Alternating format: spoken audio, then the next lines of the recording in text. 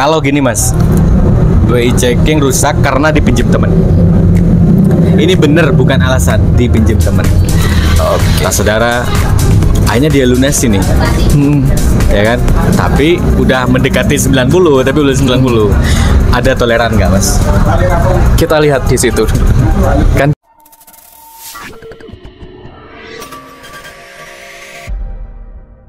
Assalamualaikum teman-teman, sahabat ilmu, sahabat channel ilmu official yang selalu setia menonton di channel saya.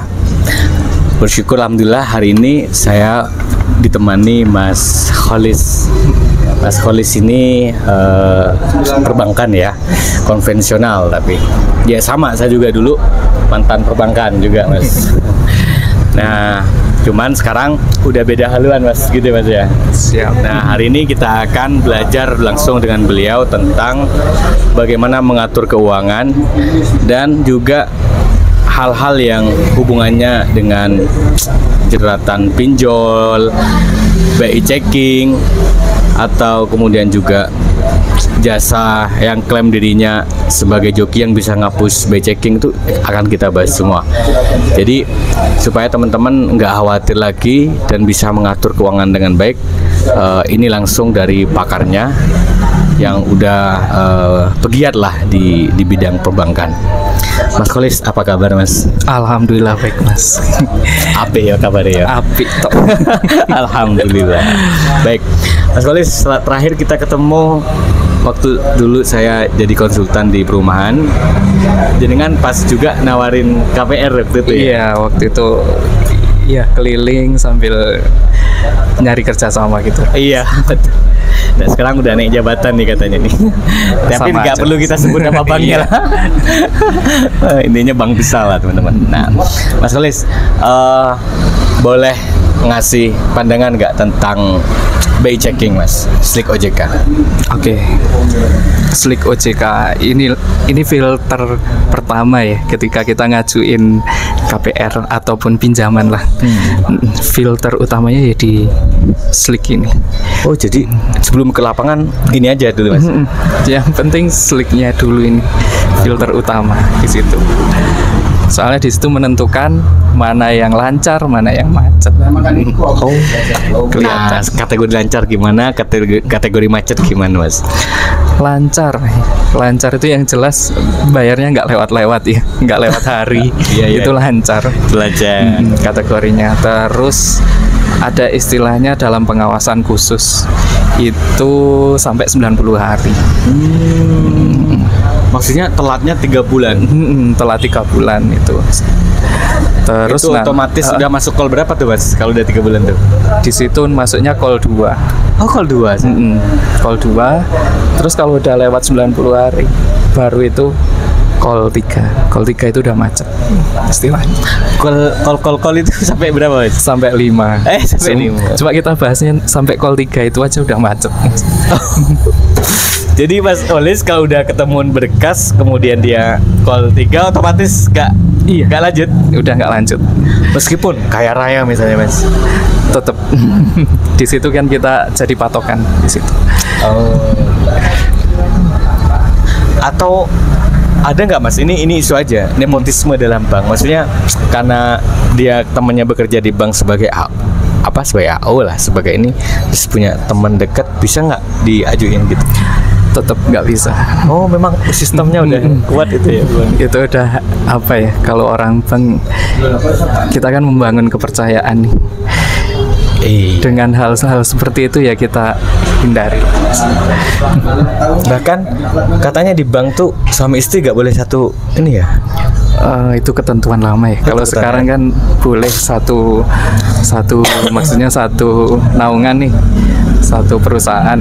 Cuma ya penempatannya beda. Biasanya kayak gitu. Oke mas. Jadi filter pertama BI checking. BI checking pasti. Kalau gini mas, BI checking rusak karena dipinjam temen. Ini bener bukan alasan dipinjam temen. Nah saudara, akhirnya dia lunasin nih, ya kan? Tapi udah mendekati 90, tapi belum 90. Ada toleran nggak mas? Kita lihat di situ dulu. Kan kita analisa nasabahnya ya nggak langsung apa ya, mentang-mentang BI checkingnya udah apa dalam pengawasan khusus, kita nggak cross check. Jadi tetap kita cross check dulu, kita lihat misal nih ternyata pinjaman ini dipakai, kebanyakan case-nya pinjol gitu. Pinjol. Kebanyakan kayak gitu. Kebanyakan BI checking pinjol Mas ya. Pinjol, jadi namanya dipakai, ya seharusnya yang menanggung itu kan ya nama yang dipakai. Cuma kan kita harus lihat, karena case-nya seperti itu ya pakai surat keterangan lah, minimal. Keterangan minimal memang ini Dipakai. temannya. Mas gini Mas, saya punya pengalaman buruk dengan Slik OJK ini. Jadi dulu waktu saya di bank itu Mas, bank Singapura lah ya, bank D lah saya nyebutnya, kata kunci pertama D. Itu aku kan dapat fasilitas kartu kredit Mas. Maksudnya di bukan fasilitas sih, mengajukan lolos pastinya kan, karena itu kan sebagai karyawan. Setelah saya resign, saya nggak bisa bayar kartu kredit itu. Akhirnya kurang lebih hampir 2 tahun saya nggak dibayar. Cuman saya ajukan restruktur. Waktu itu saya bilang saya butuh keringanan, saya mau lunasi, tapi saya nggak mau bayar bunga, saya nggak mau bayar pokok. Saya bilang gitu karena udah dianggap macet, ditagih udah nggak mempan dia nagih saya Mas. Ya kan? Ternyata ada Mas promo katanya. Mas Fai ada promo, sampean bayar dari total pokoknya sama apa cuman gitu Mas ya. Terus ada potongan dikit. Saya bayar, udah. Waktu itu setahun berjalan itu saya ngajuin memang nggak bisa Mas di bank lain. Tapi tak biarin 2000 ketemu sampean itulah 2000 itu saya ngajuin ke Bank Nob Iya. lah. Nah di situ aku bisa Mas, karena distrik OJK udah apa nggak ketemu gitu, mungkin karena terlalu lama tahunnya tidak terprint atau bagaimana, atau memang udah terhapus Mas sebetulnya Mas. Kalau seperti itu kan pelunasan, udah dilakukan pelunasan, pastinya di situ tetap ada, cuma ya keterangannya lunas gitu. Tetap ada cuma lunas gitu. Fasilitas lunas kayak gitu. Kalau gitu berarti bisa dipertimbangkan ya untuk mengajukan. Bisa, cuma nanti kan tergantung kebijakan dari tiap bank, kan beda-beda. Beda-beda juga Mas, karena kan tergantung surveinya juga ya. Iya. Oke Mas. Nah terus sekarang gini Mas, ini ada joki yang katanya bisa ngapus BI checking. Itu bener apa enggak? Enggak ada Mas. Maksudnya nggak ada, nggak bener Mas? Nggak bener. Jadi kan namanya BI checking, udah tertanya itu ya itu. Database-nya kan ya nggak mungkin.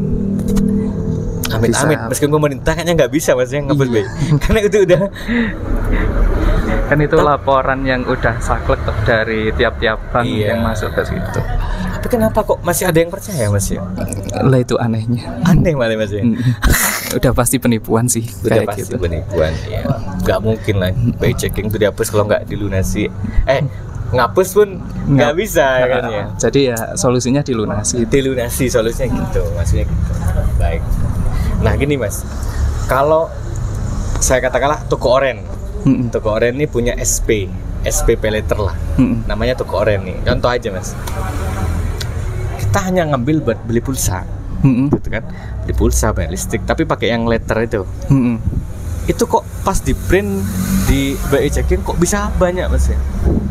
Iya, soalnya kan tiap kali pengajuan, tiap kali pembelian pasti muncul di situ rekening baru, rekening pinjaman baru kayak gitu. Sebentar, ini lagi Mas Khalis pasti tahu kan, ketika dicek di BI checking itu kan pinjamnya ke platform A, ya kan, platform toko oren lah, toko oren. Terus munculnya kok PT Bank ini, kenapa Mas ya? Iya, itu salah satu kerjasamanya. Jadi kan untuk si toko oren ini kan kerjasama, platformnya aja. Platformnya aja. Ibarat Shopee, yang jualan kan bukan Shopee itu kan orangnya. Gitu Mas. Jadi kan dananya tetap dari perbankan, dari PT itu. Nah itu yang membuat survei susah juga ya ngelacaknya. Mas? Ya, salah satunya itu jadi harus ngecekin ini apa masuk di pay letter yang mana nih, kayak gitu. Apakah Lazada misalnya, apakah Shopee, Nah, apakah kita kan nggak tahu jadi Marketplace. Ini saya nyebutnya mah ini contoh aja gitu kan. Nah, saya disclaimer-nya seperti itu. Makanya saran jenengan untuk pinjol tuh gimana sih, Mas? saran sebelum melakukan pinjaman online itu boleh-boleh aja, Boleh aja, sah-sah saja. asal tahu kemampuannya untuk membayar. Karena kenapa, Mas? Karena yaitu misal nih kita contoh aja berpenghasilan 1 juta per bulan, kita pinjamnya yang angsuran 1,5 juta, kan udah kelihatan dong. Kelihatan. Nggak Itu bisa. biasanya nanti pinjol lain tuh, Mas. pinjol lain terus untuk Pinjol nutup lain. itu, Itu namanya apa? Gali lubang. tutup lubang. Itu yang susah, Mas. Jadi meskipun jenengan sebagai orang bank lah, kalau kondisi memang udah nggak punya apa-apa, ekonomi penghasilan turun terus terjebak di satu pinjol, sebaiknya dia pinjol, cari utangan pinjol tuh bayar, atau diam dulu, atau gimana, Mas? Kalau ada aset, ya jual aset mungkin, Oh, jelas. merelakan asetnya untuk Nggak mau pinjol lagi gitu ya? Oh, Kalau udah mentok nih nggak ada apa-apa, gitu, nggak ya punya wis, aset. diem dulu, Diem dulu. kerja yang Tenang benar, dulu. Betul, tenang kerja yang benar, berpenghasilan, bayar, kayak gitu sih. dulu. Kurangi pengeluaran tentu, Mas. Tentu itu. Iya. Yang terpenting ya di awal itu, sebelum ambil pinjol dipikirkan dulu. Sebenarnya jenengan kalau ketemu, anggaplah jenengan misalnya membayangkan sebagai tukang tagih lah, Mas. Ketemu orang seperti itu, hati nurani kita gimana sebagai orang bank sebetulnya, Mas? Sebenarnya gimana ya? Namanya kalau orang itu benar-benar udah nggak punya nih, nggak ada yang buat bayar, ya kita sebenarnya nggak tega. Cuma karena profesionalitas ya, tetap harus yang namanya hutang harus dibayar. Artinya seorang karyawan penagih tetap akan datang untuk menyampaikan, mengingatkan lah, Dan lebih tepatnya. ya kasih solusi itu sih. Mas, dia setuju nggak dengan penagih yang ngata-ngatain buruh, ngancam, niro? Nggak setuju. Ada cara yang lain, Mas, ya? Mungkin lebih kasih solusi. Setahu saya kalau bank konvensional ngasih solusi, Mas, ya? Iya. Ngasih arahan gitu kan, bukan ngata-ngatain atau lempar datar. Mas, jenengan punya teman yang kena pinjol apa enggak? Kalau untuk yang kena pinjol ada. Artinya rata ya, banyak maksudnya yang kena. Ya. Sempat ngasih saran nggak? Sempat. Ya memang akhirnya jual aset itu sih. Jual aset. Ya kebetulan pinjolnya nggak sing begitu banyak ya. Yeah. Jadi masih bisa akhirnya diatasi, ya. kayak ngejual motor sementara kayak gitu. Tapi kembali lagi, Ya. kalau nggak punya apa-apa, aset nggak punya, tenang dulu, Diam dulu, diam tenang. dulu, tenang. Kalau diteleponin pinjol ya wis tenang. Diangkat, atau Diangkat. nggak, terserah. Diangkat pun ya diterima, diiyain dulu, diusahakan. Ya memang orang pengen bayar kan pasti ada toh. Wah, ini Nggak adem banget ini orang bank ini. Kan ya Aku nggak seneng nggak banget mungkin dari ini. kita punya hutang tiba-tiba wis gak mau bayar. Iya, betul. Pasti juga kepikiran, apalagi sing orang muslim ya kayak Ya, kita kan nggak buat yang akhirat, nah Mas, ya. itu yang ditakutkan. Iya, benar. Jadi tenang dulu lah. Nggak usah kupu. Nggak usah, Bu. Oke, terakhir dari saya gini, Mas, kalau gini, kita pengen punya rumah lah, dengan sebagai bank konven, sarannya apa buat yang hari ini pinjol? Sarannya kalau yang udah terlanjur pinjol ya dilunasi, dibayar lah seenggaknya. Dibayar. Dibayar, kalau memang udah terlanjur macet ya dilunasi. Tuh. Kan masih berarti ada etikat untuk membayar. Terus kalau yang belum pinjol ya diusahakan jangan coba-coba pinjol dulu. Apalagi yang ilegal.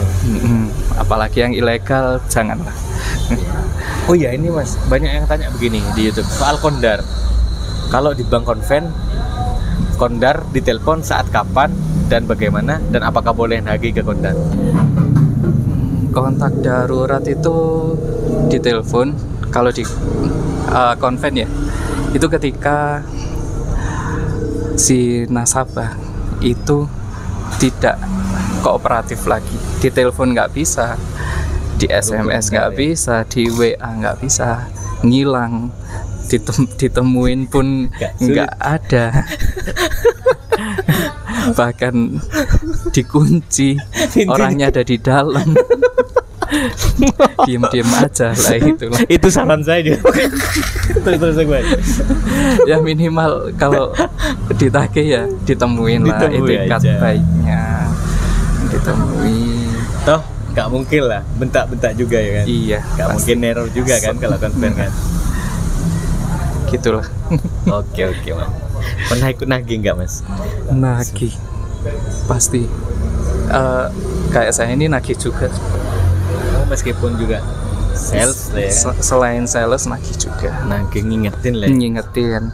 Kayak kurang 3 hari dari jatuh tempo biasanya kita ingatin. Itu lewat HP, lewat telepon.